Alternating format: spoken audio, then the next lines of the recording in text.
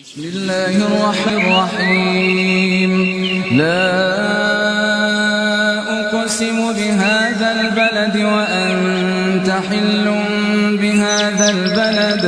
ووالد وما ولد لقد خلقنا الإنسان في كبد أيحسب أن لن يقدر عليه أحد يقول أهلكت مالا لبدا أيحسب أن لم يره أحد ألم نجعل له عينين ولسانا وشفتين وهديناه النجدين فلاقتحم العقبة وما أدراك ما العقبة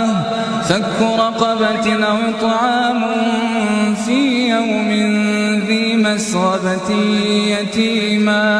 يتيما ذا مقربة أو مسكينا ذا متربة ثم كان من الذين آمنوا وتواصوا بالصبر وتواصوا بالمرحمة أولئك أصحاب الميمنة والذين